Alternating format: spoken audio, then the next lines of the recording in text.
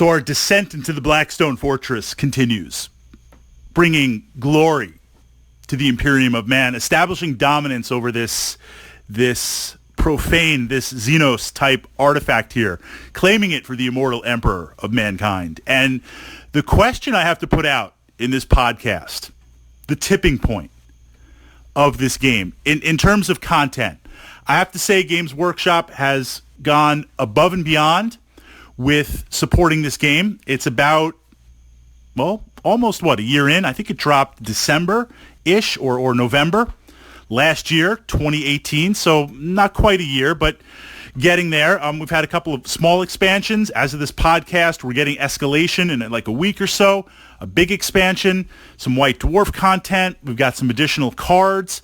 I mean, they are putting out a lot of really great stuff. And on a side note, if we can get a one more year cycle of stuff, I'll be pretty happy. And that's not to mention the fan content that's going to be kind of pushing out and moving there.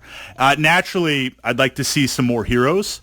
I'd like to see potentially a party of non-Imperium, some Xenos, something like there. I love fighting chaos. It fits the narrative of everything that's going on there. I like the Amble.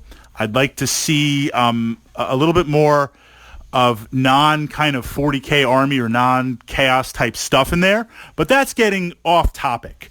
The question that I'm posing to you, my fellow rogue traders and inquisitor lords and agents of the Imperium, developing your party, playing your party out. Previously, or if you're just getting started, absolutely no spoilers in here because so much of the game is feeling and experiencing the story as it unfolds. It's truly a role-playing game experience on there. It's like a fusion of 40K and Dark Heresy. But for the most part, the primary vault and the main box, you can go through with one party. And by playing hardcore mode. What I mean by that is if a character dies, your character dies. That's it. You got to keep on playing it out on there. I mean, I guess you could totally reset and make another run, but for that narrative, I like to play permadeath on there. And once you roll that D6, unless it falls on the floor, it's got to be on the gaming table. You roll that D6, the results, the Emperor has willed it on there. And only in death does duty end with that. So from that perspective, the question I have to ask is, after the first couple of missions, and there's a little bit of variety in there depending on which stronghold you draw first, the randomness, and how the cards outlay early on as you're getting some items and some archaeotech and things like that. It could be a little bit harder than you think, but you learn the mechanics of the game pretty quick. And as long as you can be even a level head and not go for complete glory, any trouble in the game I usually get myself into because I get greedy or I want massive glory for the Emperor, things like that. But if you play smart, there's a good chance you can make it through the core just with your primary party of characters that you want to play.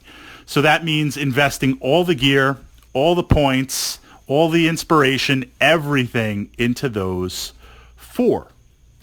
Well, now I wonder, and this is what I'm thinking about, if you play it as one giant quest, exploring the Blackstone Fortress, and I guess we're going to need to know a little bit more about Escalation in a little bit. The actual game has gotten longer. It's potentially gotten harder on there. Ambo, Trader Command, a little bit challenging on there, a little bit more challenging, and it should be because the idea is you're going to play the core. But now what I'm wondering is if we're playing it from a true role-playing perspective narrative, not just like a once-off quest, which you can do, you can play, is it better to cycle out some of the characters and try to develop a primary party and a secondary party on there?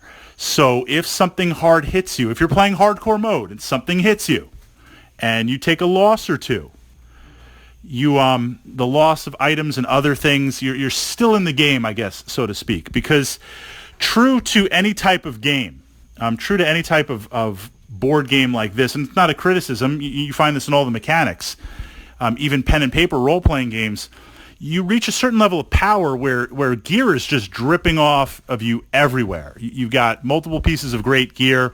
You've got a lot of expendables on there.